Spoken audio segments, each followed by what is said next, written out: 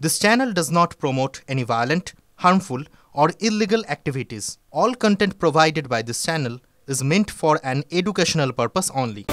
আর এই মুহূর্তের বড় খবর দীপ, যেটা জানতে পারছি আমরা, শহর কলকাতায় একই দিনে নরেন্দ্র মোদী এবং অমিত শাহ, যা খবর পাচ্ছি আমরা, যে ভোট পর্বের শেষ লগ্নে এমন কর্মসূচির সাক্ষী থাকতে পারে বঙ্গবাসী।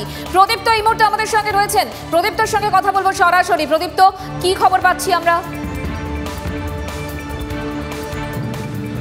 দেখো, 1 জুন এ রাজ্যের 9টি কেন্দ্রের নির্বাচন রয়েছে, তার মধ্যে কলকাতার উত্তর, দক্ষিণ, দমদম, যাদবপুর সহ 9টা কেন্দ্র। আর সেই সময় শহর কলকাতাতে একই দিনেই অমিত শাহ এবং নরেন্দ্র মোদী তারা কর্মসূচি করবেন। অমিত শাহ হাজরাতে তিনি সভা করবেন, যে সভাটি দক্ষিণ কলকাতা এবং যাদবপুর লোকসভা কেন্দ্রের জন্য।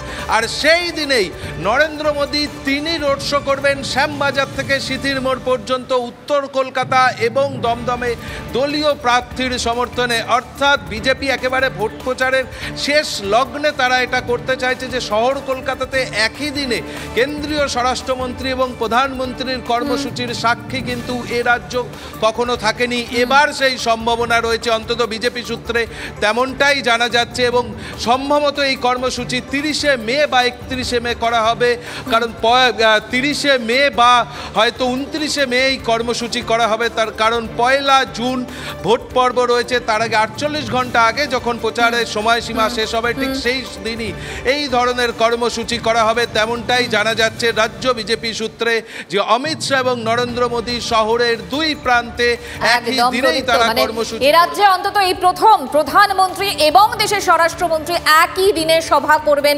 এক্ষেত্রে অবশ্যই সেদিকে আমাদের নজর থাকবে। আপাতত তোমাকে ধন্যবাদ।